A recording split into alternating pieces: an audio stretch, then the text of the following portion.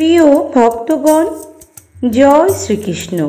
আজ আমি আপনাদের একটি কাহিনী শোনাবো, যা শোনা মাত্রই আপনার জীবনের সুখ, শান্তি এবং ধন সম্পত্তির বর্ষা হবে।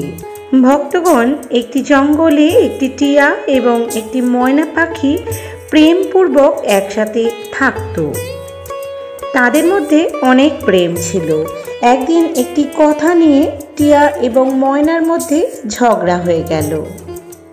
টিয়া বলল, এই সংসারে সব থেকে বড় পাপী এবং বিশ্বাসঘাতক হলো নারী। ময়না জবাব দিল, এই সংসারে সব থেকে বড় পাপী এবং বিশ্বাসঘাতক হলো পুরুষ। তারা দুজনে একে অপরের সাথে ঝগড়া করছিল।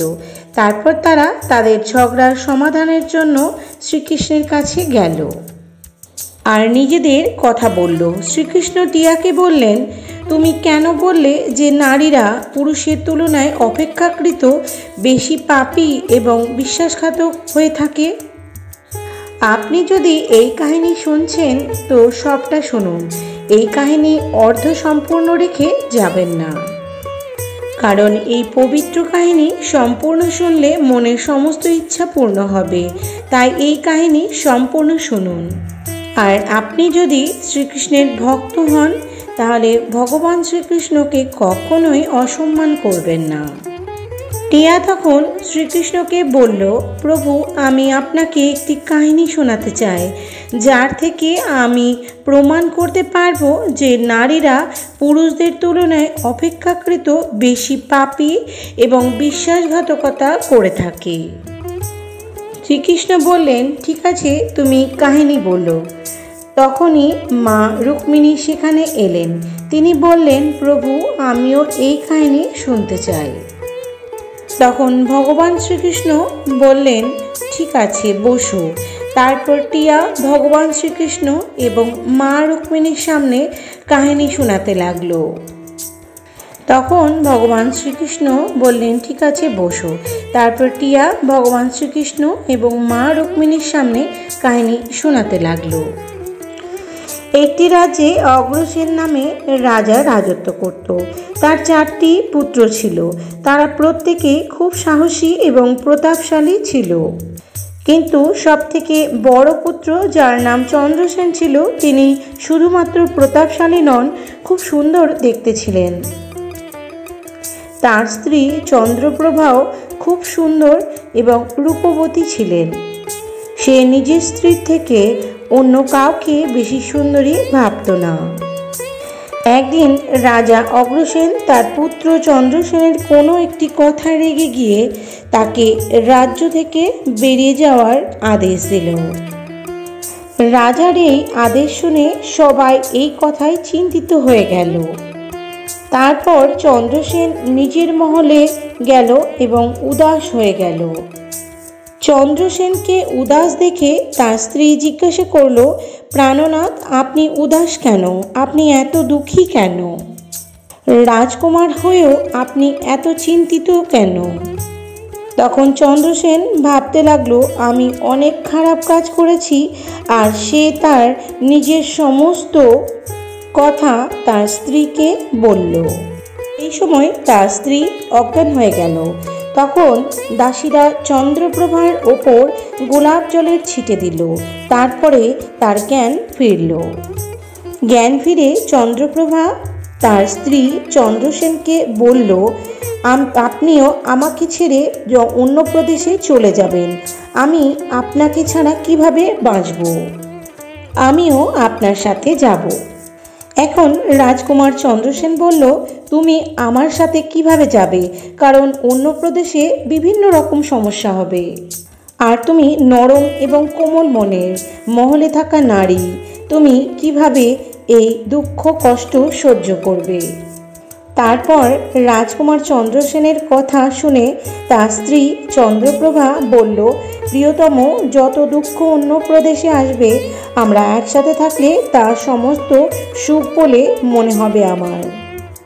কিন্তু মহলের সুখ আপনাকে ছাড়া জঙ্গলের দুঃখ থেকেও ভয়ানক লাগবে আমার। আমি আপনার সাথেই যাব। তারপর টিয়া বলল, প্রভু, চন্দ্রপ্রভার চোখের জল দেখে রাজকুমার চন্দ্রসেন ভাবল ও আমাকে ছাড়া থাকতে পারবে না, তাই আমার ওকে ছেড়ে চলে যাওয়া ঠিক হবে না। এই সব কথা ভেবে রাজকুমার চন্দ্রসেন তার স্ত্রী চন্দ্রপ্রভাকে বলল, তুমি উদাস হয়ো না, আমি তোমাকে সঙ্গে নিয়ে যাব। এই কথা শুনে চন্দ্রপ্রভা খুব খুশি হয়ে গেল, নিজের স্বামীর সাথে যাওয়ার জন্য তৈরি হতে লাগলো। পরের দিন সকালে তারা রাজ্য থেকে বেরিয়ে একটি জঙ্গলে পৌঁছালো। তারা চলতে চলতে ক্লান্ত হয়ে পড়েছিল। তখন একটি বটগাছের নিচে তারা বিশ্রাম করলো। তারা খুব ক্লান্ত ছিল, ঠান্ডা হওয়ার কারণে তাদের ঘুম পেয়ে গেল। কিন্তু কিছু সময় পরে ওখানে একটি সাপ চন্দ্রপ্রভাকে কামড়ে দিল। তারপর টিয়া বলল, হে প্রভু, এরপর শুনুন। সাপ কাটার ফলে চন্দ্রপ্রভার যন্ত্রণা শুরু হলো। তখন চন্দ্রসেনের ঘুম ভেঙে গেল। সে চন্দ্রপ্রভাকে ছটফট করতে দেখল এবং একটি সাপকে সেখান থেকে চলে যেতে দেখল। চন্দ্রসেন অস্থির হয়ে গেল। তার কিছু সময় পর চন্দ্রপ্রভার মৃত্যু হয়ে গেল। এইভাবে তার স্ত্রীর মৃত্যু দেখে চন্দ্রসেন জোরে জোরে কাঁদতে লাগলো। তখন চন্দ্রসেন মনে মনে ভাবল, এখন যখন আমার জীবন সঙ্গিনী মারা গেছে, তাহলে আমি বেঁচে কি করব? আমি ওই জঙ্গলে নিজের প্রাণ ত্যাগ করব। এরকম ভেবে সে চন্দ্রপ্রভার শবদেহের কাছ থেকে উঠে জঙ্গলে থেকে কাঠ সংগ্রহ করতে লাগলো আর কেঁদে বলল, আমিও চন্দ্রপ্রভার চিতার ওপর জ্বলে যাব, তারপর আমি আমার মৃত্যুবরণ করব। ঠিক ওই সময় স্বর্গ থেকে একটি দেবদূত এলো আর চন্দ্রসেনকে কাঁদতে দেখে তার মনে দয়া হলো। সে রাজকুমার চন্দ্রসেনের কাছে গেল আর জিজ্ঞেস করলো, তুমি কাঁদছো কেন? তোমার কিসের দুঃখ? তখন রাজকুমার চন্দ্রসেন দেবদূতকে বলল, আমার নিজের দুঃখ বলার শক্তি নেই। আমি চাই এই পৃথিবী দুভাগ হয়ে যাক আর আমি তার মধ্যে ঢুকে যাই। তখন দেবদূত বলল, তুমি আমাকে তোমার অবস্থা বলো, হয়তো আমি তোমাকে সাহায্য করতে পারবো। তারপর চন্দ্রসেন বলল, আমি একটা রাজকুমার, আমি রাজা অগ্রসেনের পুত্র। আমার পিতা আমাকে রাজ্য ছেড়ে চলে যেতে বলেছে। আমি আমার স্ত্রী আমরা দুজনেই জঙ্গলে চলতে চলতে এখানে পৌঁছেছিলাম। এখানে এসে আমার স্ত্রীকে সাপে কেটেছে আর তার মৃত্যু হয়েছে। তাই আমি জঙ্গল থেকে কাঠ জোগাড় করছি, যা জ্বলিয়ে আমি আর চিতায় নিজের প্রাণ দেব। চন্দ্রসেনের কথা শুনে দেবদূত বলল, রাজকুমার, তুমি মূর্খ। এটা সংসার, এখানে মানুষের আসা যাওয়া চলতেই থাকে। সবাইকে একদিন না একদিন শরীর ত্যাগ করতেই হবে। তুমি ওইটা জানো, এই সংসারে কেউ কারোর সাথে আসে না, কেউ কারোর সাথে যাবেও না। তবুও তুমি মূর্খের মতো এরকম কথা বলছো। যদি তুমি জীবিত থাকো তাহলে অনেক রানী তুমি পাবে, তাই আমার কথা শুনে মৃত্যুর কথা ছেড়ে দাও। এই মানব শরীর প্রাপ্ত করার জন্য দেবতারাও ইচ্ছুক থাকেন, তাহলে তুমি এই শরীর কেন নষ্ট করতে চাইছো? এই প্রকার দেবদূতের কথা শুনে চন্দ্রসেন বলল, আপনি যা কিছু বলেছেন তা সত্য, কিন্তু এই রকম পতিব্রতা নারী কোনো জন্মেও পাব না, তাই আমি ওর সাথে মরে যেতে চাই। চন্দ্রসেনের কথা শুনে দেবদূত ভাবল যে এও তার স্ত্রী ছাড়া থাকতে পারবে না। তখন দেবদূত চন্দ্রসেনকে বলল, রাজকুমার, তোমার স্ত্রীকে জীবিত করার জন্য একটি উপায় আছে। এবার তুমি আমার কথা মন দিয়ে শোনো। তুমি যদি এই কাজটি করতে পারো তাহলে তোমার স্ত্রী জীবিত হতে পারবে। তখন চন্দ্রসেন বলল, আপনি যা বলবেন আমি তাই করতে রাজি, শুধু আমার স্ত্রীকে জীবিত করে দিন। তখন দেবদূত বলল, তোমার স্ত্রীর আয়ু কেবল 20 বছরের ছিল, যা সে ব্যতীত করেছে। তোমার আয়ু 70 বছরের, যার মধ্যে 30 বছর কেটে গেছে, এখন আর 34 বছর পড়ে আছে। অর্থাৎ তুমি আর জীবনের 40 বছর বাঁচবে। তাহলে তুমি যদি তোমার স্ত্রীকে তোমার আয়ু অর্ধেকটা দিতে দাও তাহলে দিয়ে দাও, তাহলে তুমি তোমাদের দুজনের আয়ু সমান হয়ে যাবে। তুমি যদি এতে রাজি থাকো তাহলে তোমার স্ত্রী জীবিত হয়ে যাবে। এই প্রকার দেবদূতের কথা শুনে চন্দ্রসেন বলল, আমি রাজি।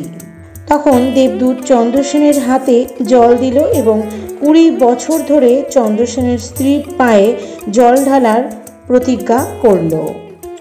যখনই চন্দ্রসেন প্রতিজ্ঞা নিল যে সেই জল যে নারীর পায়ে ঢালবে, তখনই দেবদূত বলল, জল রানীর পায়ে ঢালার আগে আমার কথা ভালো করে শুনে নাও।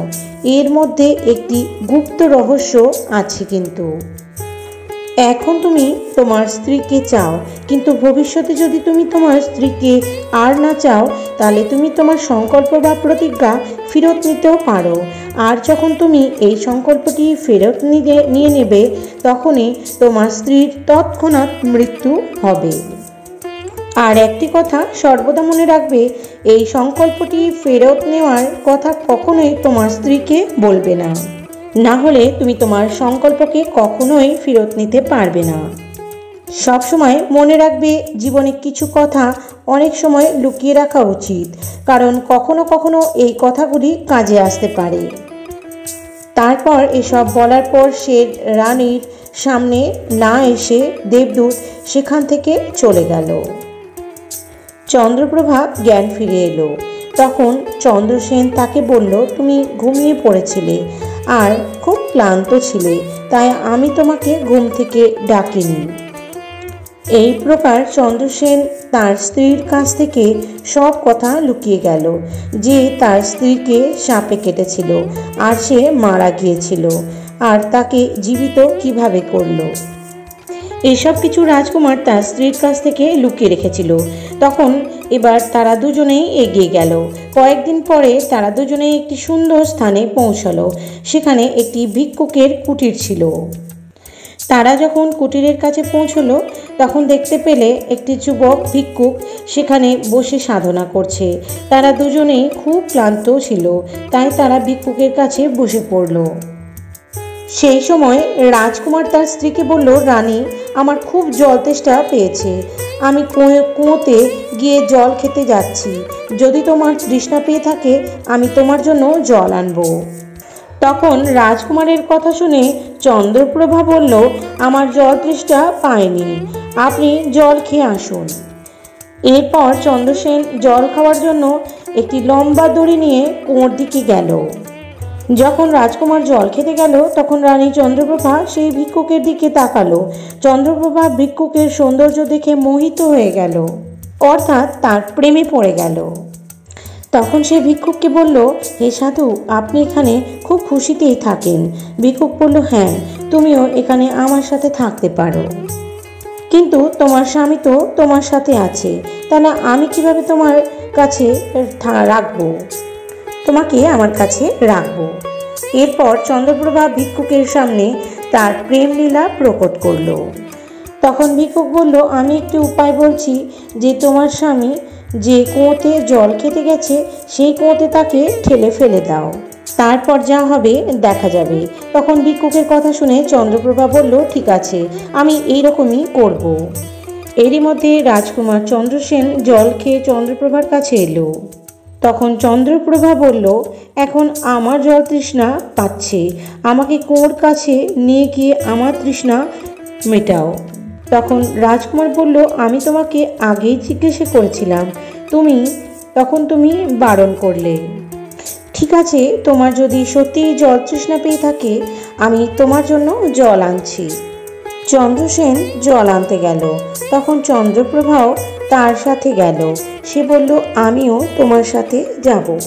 বেচারা চন্দ্রসেন তো তার প্রেমে পাগল ছিল, সে তো জানতো না যে তার স্ত্রী তার প্রাণ নেওয়ার জন্যই তার সাথে আসছে। যখন রাজকুমার চন্দ্রসেন জল ভরার জন্য কুয়োতে ঝুঁকল তখন রাজকুমারের স্ত্রী চন্দ্রপ্রভা তাকে ধাক্কা দিয়ে কুয়োতে ফেলে দিল, আর সে নিজে ভিক্ষুকের কাছে চলে গেল।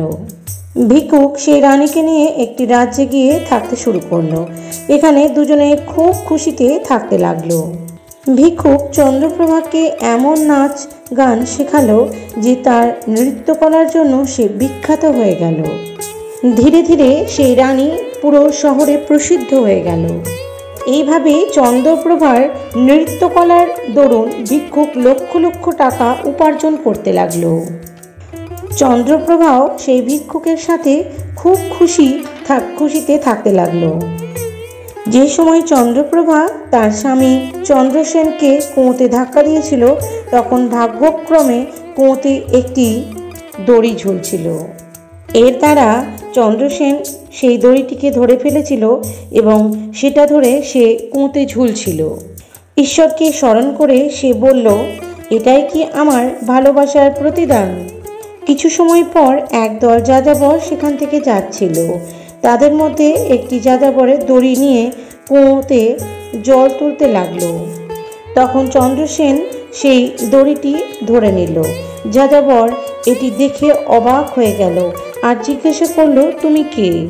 তখন চন্দ্রসেন বলল, আমি এক অভাগা, আমাকে এখান থেকে বার করো, আমার প্রাণ বাঁচাও, আমি তোমার উপকার ভুলব না। এই কথা বলে রাজকুমার যাযাবরের কাছে তার প্রাণ বাঁচানোর অনুরোধ করল। তারপর রাজকুমার চন্দ্রসেনের দুঃখ দেখে যাযাবরের ওপর তার দয়া হলো। তারপর সেই যাযাবর চন্দ্রসেনকে কুয়া থেকে বার করলো আর জিজ্ঞাসা করলো, তুমি কে? তুমি কুয়োতে কিভাবে পড়ে গেলে?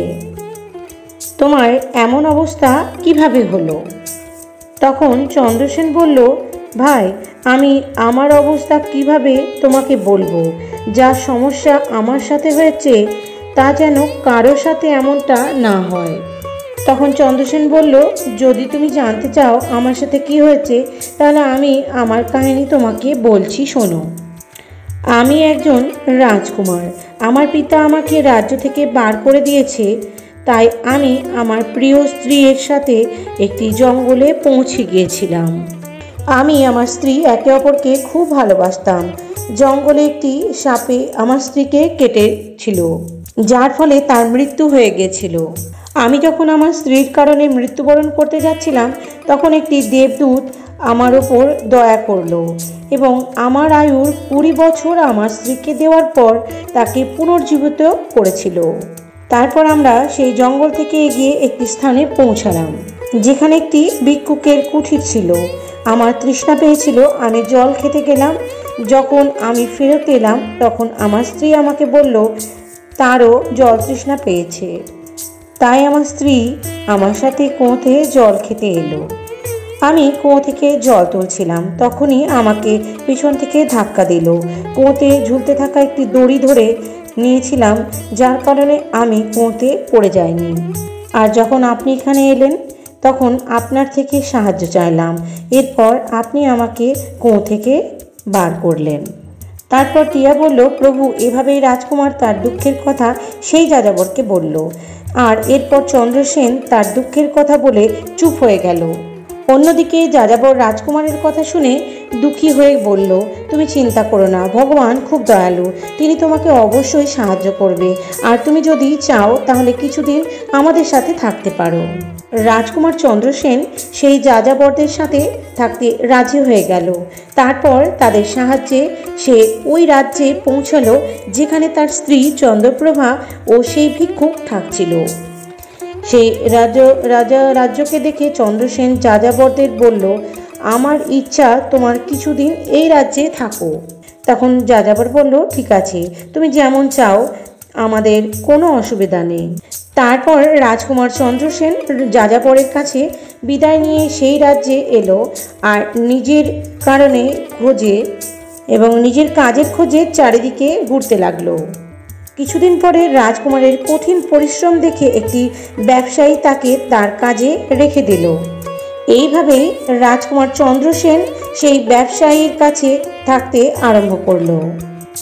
সে খুবই পরিশ্রম করে তার কর্তব্য পালন করত। এইসব দেখে সেই ব্যবসায়ী চন্দ্রসেনকে অনেক সম্মান দিল আর তাকে তার হিসাব নিকাশের কাজে রেখে দিল। এইভাবেই রাজকুমার চন্দ্রসেনের দিন খুব খুশিতে কাটতে লাগলো। অনেক দিন কেটে গেল। এবার একদিন এই রাজ্যের রাজার সামনে চন্দ্রপ্রভার নৃত্যের আয়োজন হলো। রাজা সেই রাজ্যের সমস্ত ব্যবসায়ীদের সেই নৃত্য দেখার জন্য আমন্ত্রণ করেছিল। চন্দ্রপ্রভার নৃত্য শুরু হওয়ার আগে রাজ্যের সমস্ত ব্যবসায়ীরা সেখানে পৌঁছে গেল।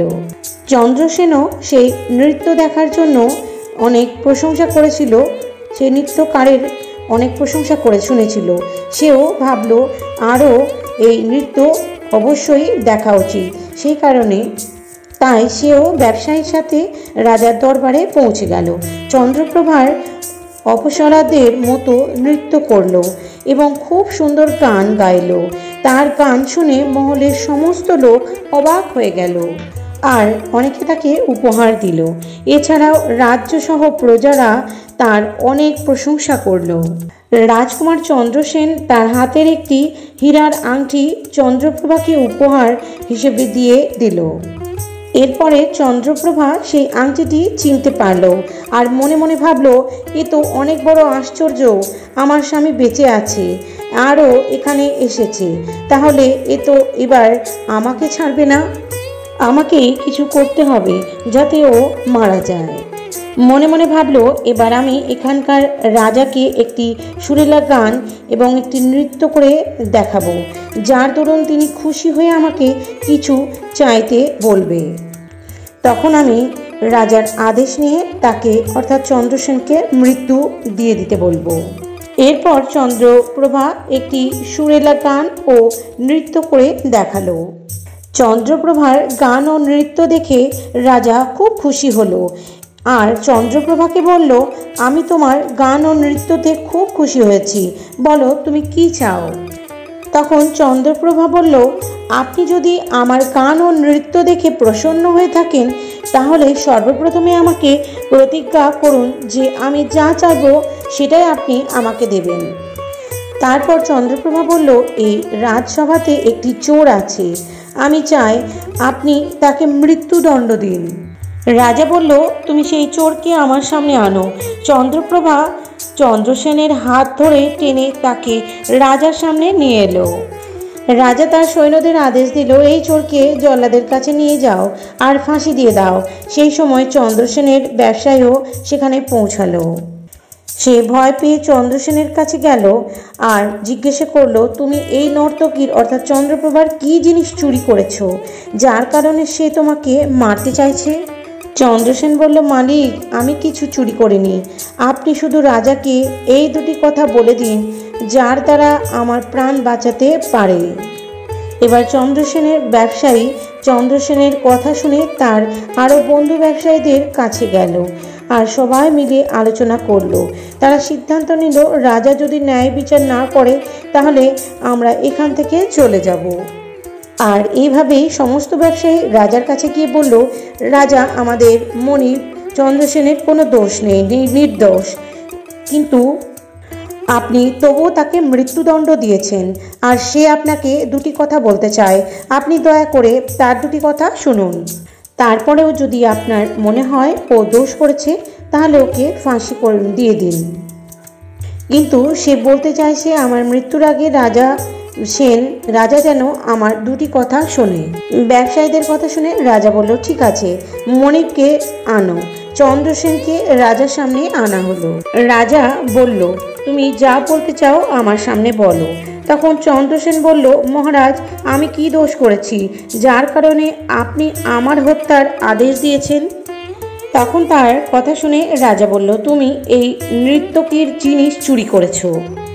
তখন চন্দ্রসেন বলল, না মহারাজ, আমি এই নর্তকীর স্বামী, ও আমাকে কুয়োতে ধাক্কা দিয়ে ফেলে এক ভিক্ষুকের সঙ্গে পালিয়ে এসেছে। চন্দ্রপ্রভা বুঝে নিল যে এবার কথা অন্যদিকে চলে যাচ্ছে। তখন সে রাজাকে বলল, মহারাজ, ও মিথ্যা কথা বলছে, ওকে আমি চিনি না, এ তো আমার জিনিস চুরি করেছে, আমি শুধু এইটুকুই জানি। তখন চন্দ্রসেন বলল, ঠিক আছে মহারাজ, ও যদি আমার স্ত্রী না হয়ে থাকে আমি যে আংটিটা ওকে দিয়েছিলাম সেটা যেন আমাকে ফেরত দিয়ে দেয়। চন্দ্রপ্রভা এই কথা মেনে নিল। চন্দ্রসেন বলল, ঠিক আছে, তুমি তোমার হাতে একটু জল নাও, আমাদের ন্যায় বিচার এই রাজসভাতেই হবে। চন্দ্রসেন বলল, তাহলে তুমি জল হাতে নিয়ে বলো আমি তোমাকে যা জিনিস দিয়েছি তা তুমি আমাকে ফেরত দিয়ে দেবে। সেই কথা মতো চন্দ্রপ্রভা হাতে জল নিয়ে বলল, তুমি আমাকে যা জিনিস দিয়েছ আমি তা তোমাকে ফেরত দিয়ে দিচ্ছি। যখনই সেই হাতের জল তার পায়ে পড়ল তখনই চন্দ্রপ্রভা মারা গেল। এই দৃশ্য দেখে সেখানকার লোক অবাক হয়ে গেল।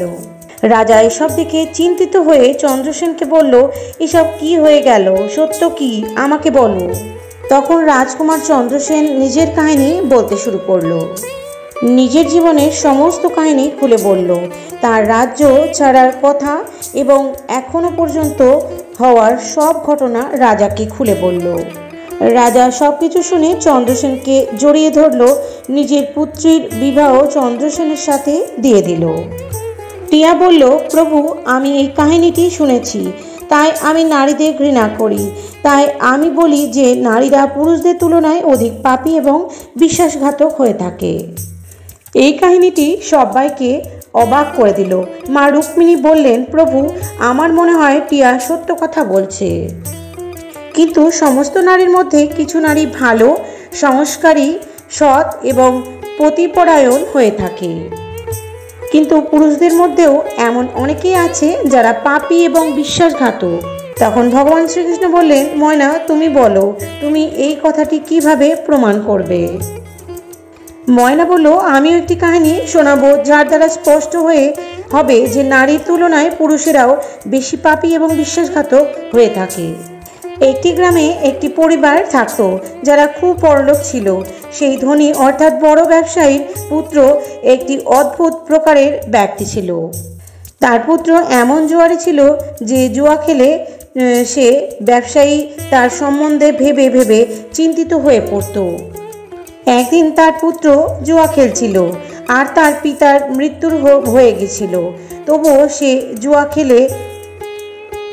জুয়া খেলা বন্ধ করেনি, বরং পিতার মৃত্যুর পর সে আরও বেশি বেশি করে জুয়া খেলা শুরু করেছিল।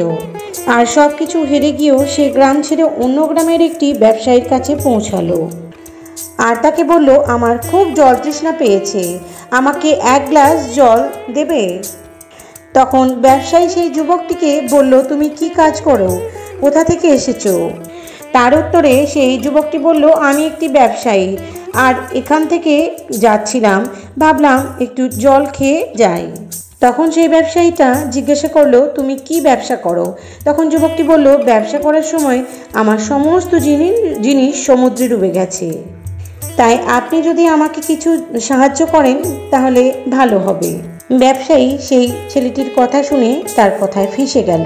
তখন ব্যবসায়ী বলল, তুমি তো ভালোই আছো আর ভালোই উপার্জন করো, তুমি কি আমার কন্যাকে বিবাহ করবে? এই কথা শুনে যুবকটি খুব খুশি হয়ে গেল আর বিবাহের জন্য হ্যাঁ করে দিল। এরপরে দুজনের বিবাহ হয়ে গেল। প্রভু, এভাবে সেই ব্যবসায়ী তার কন্যাকে অনেক টাকা পয়সার সাথে বিদায় জানালেন। অন্যদিকে সেই যুবকটি শুধু টাকা পয়সার জন্যই বিবাহ করেছে। এবার বিবাহের পর যখন যুবকটি ব্যবসায়ীর মেয়েকে নিয়ে যাচ্ছিল, সেখানে একটি জঙ্গল পড়ল। সেখানে যুবক ছেলেটি নিজের স্ত্রীকে বলল, দেখো, আমার এখন জঙ্গলে আছি, কোনো চোর আমাদের গয়না চুরি করতে পারে, তাই তুমি তোমার সমস্ত গয়না আমাকে দিয়ে দাও, আমি সাবধানে রেখে দেব। যুবকটির স্ত্রী তার স্বামীর নিজের ওপর বিশ্বাস করে তাকে সমস্ত টাকা পয়সা গয়না দিয়ে দিল। আর কেনই বা দেবে না, কারণ সে তার তো স্ত্রী এবং তার স্বামী। এরপরে যুবকটি তার স্ত্রীর সমস্ত গয়না টাকা পয়সা একটি কাপড়ে করে বেঁধে নিল। তারপর তারা জঙ্গলে একটু বিশ্রাম করার সময় যুবকের মনে লোভ উৎপন্ন হলো। তাদের সাথে যাওয়া একটি দাসী, যাকে সেই ব্যবসায়ীটা পাঠিয়েছিলেন তার মেয়ের দেখাশোনা করার জন্য, সেই যুবকটি দাসীটিকে মেরে তার স্ত্রীকে কুয়োতে ফেলে দিল। আর মনে মনে ভাবলো, আমি তো এর সাথে টাকার জন্য বিয়ে করেছিলাম, আমি টাকা পেয়ে গেছি।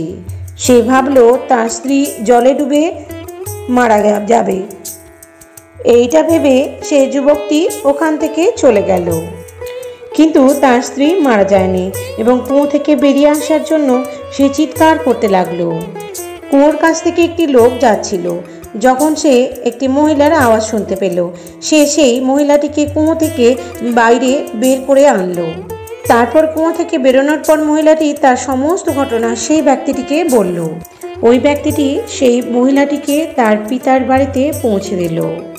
এবার যখন মহিলাটি পিতার ঘরে পৌঁছলো, তখন তার পিতা তাকে জিজ্ঞাসা করলো, তোমার সাথে কি হয়েছে? মহিলাটি বলল, বাবা, জঙ্গলে কিছু চোর আমাদের উপর হামলা করেছিল আর তার দাসীকে মেরে দিয়েছে, আমাকে কুয়োতে ফেলে দিয়েছে, আর আমার স্বামী কোথায় আছে কিছুই জানি না। তার কথা শুনে ব্যবসায়ী বলল, চিন্তা করো না, ভগবান সব ঠিক করে দেবে। ময়না বলল, প্রভু, এই দুনিয়াতে পুরুষই বিশ্বাসঘাতক এবং পাপী হয়ে থাকে। এবার আপনার হাতে ন্যায়ের বিচার আছে। আমিও আপনাকে একটি কাহিনী শোনালাম আর টিয়াও আপনাকে একটি কাহিনী শুনিয়েছে। এবার আপনি নির্ণয় করুন। এখন টিয়া এবং ময়নার কাহিনী শুনে ভগবান শ্রীকৃষ্ণ বললেন, ঠিক আছে টিয়া এবং ময়না, আমি তোমাদের কাহিনী মন দিয়ে শুনলাম।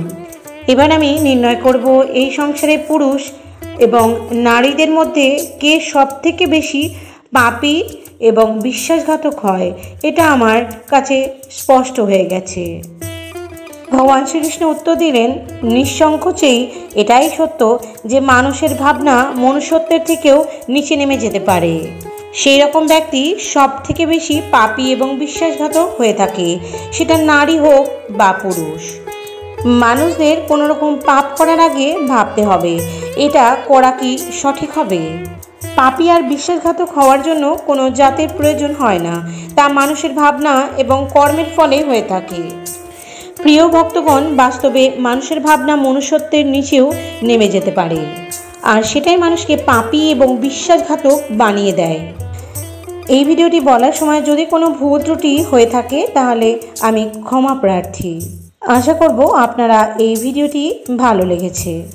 আপনি যদি ভগবান শ্রীকৃষ্ণের সত্যিকারের ভক্ত হয়ে থাকেন তাহলে কমেন্টে জয় শ্রীকৃষ্ণ, জয় রাধে অবশ্যই লিখতে ভুলবেন না।